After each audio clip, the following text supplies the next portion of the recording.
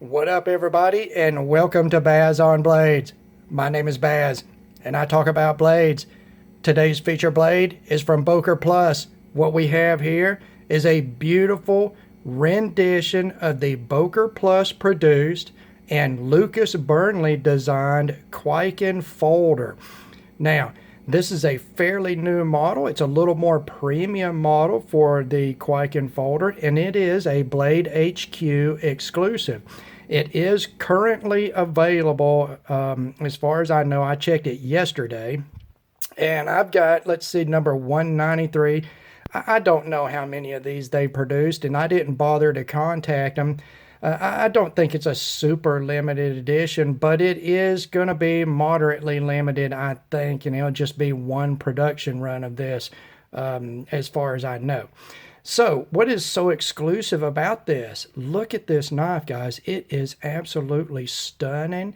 What you're seeing here is an overall smoke wash or black wash finish on the blade and stainless frame and pocket clip. But what really should be jumping out to you is these beautiful copper bolsters, raw copper bolsters, and a solid copper backspacer here, guys. And these are raw copper. I have tried to keep this from patina, getting a patina very quickly so I could do the video after carrying it for a little bit, but it's just going to patina, guys. That's just all there is to it. And it's starting to get sort of a rosy, the very first blush of a patina on it, and it looks so good, guys. I think, in my opinion, this is the best looking version of the Boker Plus produced Kwaiken folder.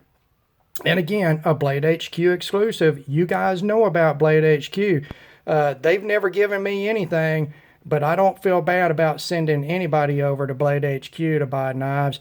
Their prices are competitive, their service is great, their selection is huge. So let's go ahead and take a look at the packaging, get that out of the way. There's not much to it. This is the sort of now classic Boker Plus structured cardboard box with a magnetic flap. Inside, it's going to be a die cut insert for this specific knife, and that is a nice touch. The knife comes sealed. This is a sealed plastic bag to keep that copper from oxidizing before it gets to the customer. And then you've got a small fold-out pamphlet here that has got your warranty information, care information on it. Now, the Boker Plus Lucas Burnley design Kwaiken folder. Let's talk about this knife for a minute. Lucas Burnley is a custom knife maker and designer, and he does quite a bit with these Japanese-inspired designs. The Kwaiken folder is inspired by what would have been a small personal dagger, and of course in a folding version. And then if you want to see a fixed blade version, very quickly we will take a look at this knife from Columbia River, which is also a Lucas Burnley design. This is the Obake fixed blade, and it is actually just a little bit smaller than the Kwaiken folder, but you can see it is basically the same design, guys. Again, what Lucas does is modernized versions of traditional Japanese designs in many of his different models. Now, this is a full-size knife. It is a very slender, but you get good length in it. You're looking at about 3.5-inch blade length, and that's 9 centimeters. The blade stock thickness is 131 thousandths of an inch, or 3.33 millimeters. Your blade width at the widest, 837 thousandths of an inch, or 21.2 millimeters. Handle length, 4 7/8 of an inch, or 12.5 centimeters. Your handle thickness is 540 thousandths of an inch, or 13.7 millimeters. Your handle width at the widest point, 897 thousandths of an inch, or 22.8 millimeters. Your closed width is not much greater than that, as you see that the blade fully nests within the handle frame, And the only really extension you have here is with the flipper tab. So you're looking at about 1.08 inches or 27.6 millimeter for your closed width. Overall length, 8 3/8 of an inch or 21.5 centimeters. The stop pin, guys, is a captured stop pin. I have not disassembled this knife. You see the stop pin right here. I'm going to estimate that stop pin diameter right around 110 thousandths of an inch, 2.5 to 3 millimeters. Behind the edge thickness, I got that hit it in 3 spots and averaged it out to 34 thousandths of an inch or 0.88 millimeters. Your handle to blade ratio is going to be about 0.7. And your weight, a fairly substantial 5.36 ounces or 152 grams. Much of that thanks to the copper bolsters and backspacer. And then it is a steel liner lock, and that steel liner lock is not weight relieved, guys. All right. We'll just take a minute to take a look at this knife, guys. It is just truly, in my opinion, the best looking version of this Kwaiken folder so far. And it feels substantial in the hand. You've got some added weight because of that copper. It feels very solid in the hand. It's an easy to carry knife, even though it is actually fairly heavy for its size, guys. This is a knife that you pick up and you're like, oh, okay, well, that's heavier than I thought it would be. You don't really think, oh, God almighty, that's heavy. But you do think it's heavier than I thought it would be, as slender as it is. So, let's look at materials here, guys. Well, we've got some oil coming out of this thing. Let's take a look at a rag right here and get this oil off of it, guys. What you've got in the blade here is VG10 stainless steel. That is a Japanese-produced stainless steel. It's a upper mid-grade stainless. It's very competitive with the older ATS 34 and 154 CM steels. You will typically see it rock weld in the 60-61 range, and it's a decent performing stainless steel. Now, is it high end? No. Is it low end? No. It's somewhere in between, and it can be very good with a very good heat treat and temper on it. You're looking at a 0.95 to 1.05% carbon content. A 14.5 to 15.5% chromium content, and it is a vanadium alloyed stainless, so it's vanadium is a carbide adder. You're looking at 0.1 to 0.3% vanadium content. What you're going to get out of that combination and heat treat is a very even performing steel. And by even, I mean a balance between edge retention, toughness, and corrosion resistant. VG10 is good in all of those respects and not great in any of them. And that's what I mean by even. So, as far as blade material, that's what you're looking at, VG10 stainless steel. Nothing to write home about, but nothing to be ashamed about either. In your handle here, of course, the first thing you see, you've got these copper bolsters and copper backspacer, the marbled carbon fiber scales that are on it. It does have stainless small parts that are black finished as far as the screws and pivot. And then your stainless pocket clip here that is in the black wash finish to match the frame and the blade. Overall, just a very, very attractive package, guys. You've got some, I hate to say that copper is a premium material, but it is premium for its own reasons. Copper is a little harder to work with. It's gummy to machine. It's hard on tool and time consuming because it takes a very slow feed rate to machine it. And of course, marbled carbon fiber, you don't see it much. It is more expensive. And of course, carbon fiber is usually considered a premium, guys. Overall, a very, very well appointed knife as far as materials go. Now, your fit and finish, blade-wise, I'm going to tell you guys, I see no fit or finish issues in this blade. Regardless of whether you like blackwash or not, it is very well done. You can see all the corners are crisply broken and when it was tumbled. The etching as far as the Boker Plus is well done. On the back, you're going to see Burnley. For Lucas Burnley, you're going to see the IKBS for the Ikomakorth bearing system that this knife uses. And then VG10 is your steel designator. The grinds are even side to side. The edge grinds are even, guys. The plunge on your primary grind that is a hollow grind is even. This mid-blade swedge is even side to side, guys. Very well ground blade, very sharp, even though it doesn't have the thinnest behind the edge thickness on this grind because it's such a short grind on a short blade. But it is very well done. Let's take a look at what a good sharpening choil looks like, guys. That's a fairly sharp and crisp plunge grind. And that small sharpening choil does get out past that plunge grind. So you can see that blade can be sharpened to the termination here. And you don't get a smiley face or flare at the end of that edge grind. Very well done from them.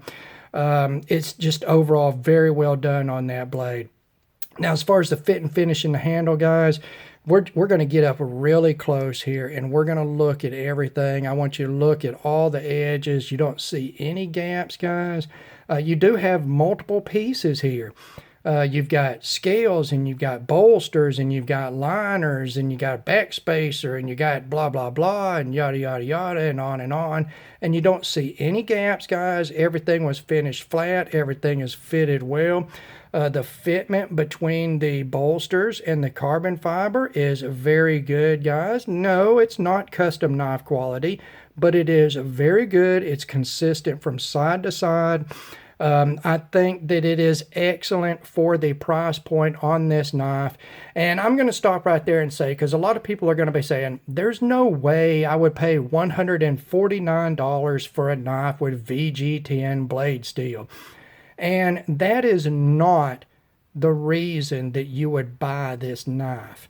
This knife is a package deal of aesthetic win. I mean, 100% aesthetic win, guys. You don't see a lot of knives that incorporate copper. You, of course, don't see a lot of knives that incorporate marble carbon fiber. You don't see hardly any knives that incorporate a combination of the two. And it is such a stunning look.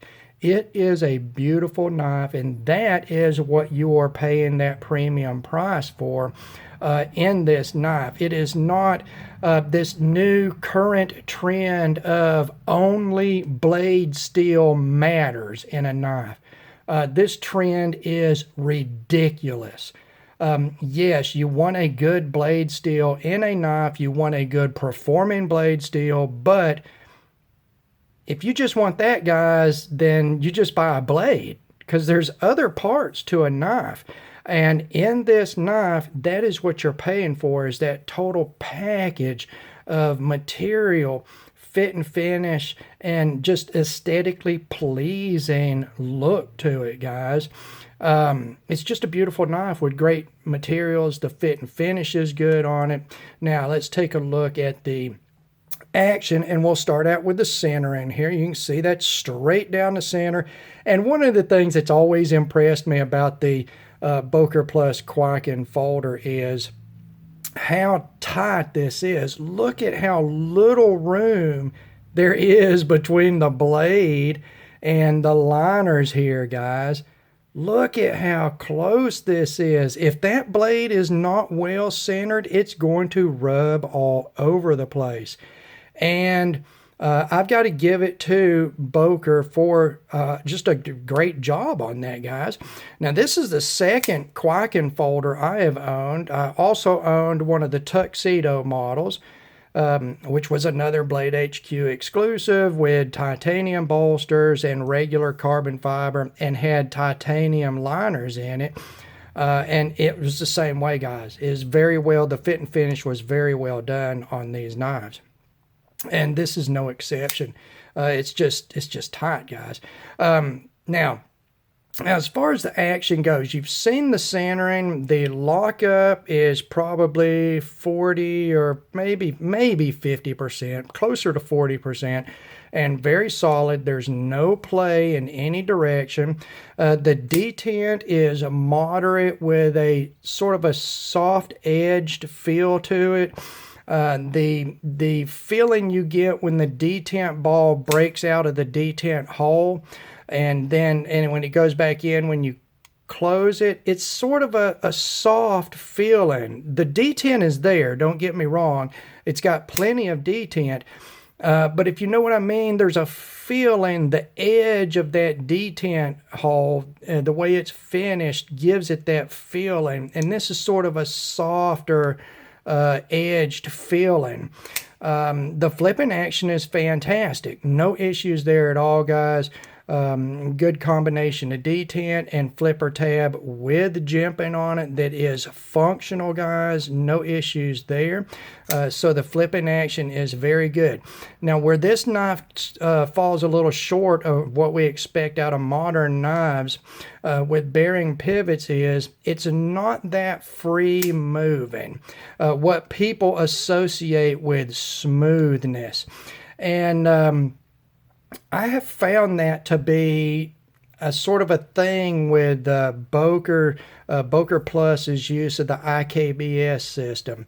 And both of the Kwaiken folders that I have owned, they have both been the same way. And this one, maybe a little bit more. It's a little gritty. And I don't mean like grit, like machining grit. I mean very, very fine, sort of powdery grittiness in the bearings that I can feel on rotation. And what I'm going to assume that is this. It is the finish. Okay. This blade has got this black wash finish. It's been tumbled, and the way that IKBS works, they are not bearings that are in a race. The actual liners and the blade work as the race. On each side there is a groove cut, and then the bearings are loose. They sit in that groove. So if you take this knife apart, the bearings are just going to fall out, and you can imagine they are extremely small. You do not want to disassemble an IKBS equipped knife without having something underneath to catch those bearings, because if you lose them, they're gone, guys.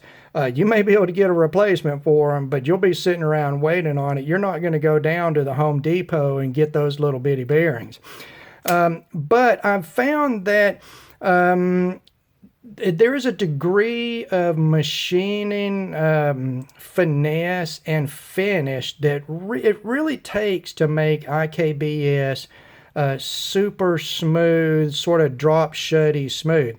And these knives, you're paying for the design, and in this instance, the materials, and you're not getting that ultimate smoothness out of the bearings. Now, is that a deal breaker? You know what? It depends on the person. For me, it's not. I knew what I was going into when I purchased this knife from previous experience, and I wanted specific things out of it that I was willing to pay that premium, that price for, and I got those things in spades. So I'm not really disappointed in that action at all. This is just not going to be a fidgety knife. The opening action is fantastic, guys. You can tell it's rocketing right out. It's slapping just flat into that stop pin, guys. So you got plenty of kinetic energy there. The detent is good. It is satisfying opening. It's just not going to be one where you're going to flip it open and then you're going to, shake it closed, and then you're going to flip it open and, it's going to be free falling closed. It's not going to be a fidget toy like that. You're going to have to decide whether you want to pay for these materials, design, and overall fit and finish, and you don't really care so much about that action, or you want that action and you don't really care as much about the materials, and maybe then this knife would not be, you wouldn't consider purchase of it. But for what it is, I feel like I'm being very honest, guys. I still think that it is a good deal for what it is, even though it doesn't have the best bearing action. Now, Baz on Blades, you can take that thing apart. You can take it apart and clean it up and, clean out those tracks that the bearings sit in and lube it up and blah, blah, blah. And you could rub on it and you could make slow, sweet, passionate love to it until it's smooth. And to that I go, yes, that sounds really great. Am I going to do it? No. I'm not opening this knife up unless I absolutely have to, because I've never opened an IKBS knife. I've watched videos on people doing it, and they always end up, the videos have a lot of cursing in them and a lot of frustration. And it's just a little harder to deal with those loose bearings than it is a lot of modern bearing knives where the bearings are contained within races and they just don't fall over and fly out and everything like that. So I'm just going to leave it the way it is. But I have to be honest with everybody in the review and tell them exactly what that action is going to be like. Again, it's not bad, guys. It's just not going to be a fidget toy. Now, ergos. Ergos and utility use. Well, let's take a look at this blade. Of course, it is a very pointy, guys. It instantly catches and pierces with zero pressure, guys. It instantly. Whoever sharpened this knife at the Boker Plus factory did an excellent job. And yes, it's not the thinnest secondary grind, primary to secondary grind. Since this is a narrow blade with a narrow grind, it's hard to go from that full blade thickness to that edge in such a narrow space and then have a super thin behind the edge, even with a hollow grind. But it is very slicey for what it is, guys. No issues there. It's very piercy. You've got plenty of just straight flat edge, and then you go into this huge long belly, guys, to this sort of high tip that is not really a trailing point so much as, it stays within the plane of the knife really, but it does totally rise up to that spine side there. It's such a good cutting blade for what it is. I got no issues as far as utilitarian use there. Now, I'm not going to take this knife out and start chopping down trees and stabbing it through car doors and mutilating pig carcasses like so many people like to think they're going to do with their folding knives, because I don't misuse my folding knives. This is going to be a gentleman's carry for me. This is going to be one of those knives where you pull it out and people are going to go, ooh and ah, and women are going to want to jump in your bed because of what kind of knife you carry. And guys, that's absolutely true. Let's take a second and talk about that. Women do care about what knife you carry, even if they don't act like they care. At least that's what I think. So anyway, that's what type of knife this is. So as far as utilitarian use, yes, it's very utilitarian blade shape, but no, I'm not going to take it out and hard work it. As far as ergonomics on the handle, it's totally straight, guys. It is totally straight with radially machined scales on it. It's not too thick at 540 thousandths of an inch, just barely over a half of an inch. It's narrow. It gives you plenty of thickness to go with the narrowness so it doesn't feel too small, but it is narrow to go with the thickness so it doesn't feel too big in smaller hands. It works with any grip, guys. You could use any grip with this knife. I don't care what the grip is. It's just totally wide open handle design, and therefore it has that type of ultimate ergonomic usage out of it. Not ergonomic usage, but We'll just leave it with ergonomic usage. I can't think of it on the spot. But it is just, it's wide open. It's a wide open design, guys. So I think it will work with anybody. Now, you see here it does have a lanyard hole, guys. It's going to go through that back spacer, so it is tubed basically. And let's take a look at that back spacer, guys. Look at that. That copper is awesome. It just makes me smile to look at this knife. The copper has a glow of its own, guys. And the bolsters are stone washed. You can see here there is a stone wash surface treatment on it. Then you got satin on the carbon fiber here. And stone wash again on that back spacer. The black wash on the steel liners for the liner lock, guys. You can see all the corners that have broken through that when it was tumbled. Then onto the pocket clip here, the same thing. I think that it's just, every once in a while you find a knife that is everything, every decision on the knife as far as the finishes, the combination of materials just works for that knife. And I think this is one of those. You would be hard pressed to dislike the look of this knife. Now, some people may not like smoke wash or black wash or whatever Boker calls it. You know what? You may not like that, but doggone it, it looks awesome on this knife. And this combination of materials, it looks fabulous. All right, guys. So we've taken a look at the materials. We've taken a look at the fit and finish, the action on it, the ergos and utility. And I'm going to close this out right now before the video gets too much longer. And I'm going to say, doggone it, I am happy with this knife. Yes, it's a little bit expensive for what it is. But I think that you are paying that to get into the material and the fit and finish. And it is not something that is widely used. Copper is not widely used. Marbled carbon fiber is not widely used. And typically you see those materials on much more expensive knives. So in that respect, it is actually a pretty doggone decent deal, guys. And I'm really, really happy to put this into my collection. Now, whether it's going to be worth the $149, $99, $99, $99 price to you is up to you. I hope that I've given you a close enough look and we've talked about everything that you need to know to make that decision. Now, if you decide that you want to get it, you better get it while the getting's good. Again, I don't know how many they're going to produce for this BladeHQ exclusive, but I mean, those exclusives, they don't last forever typically.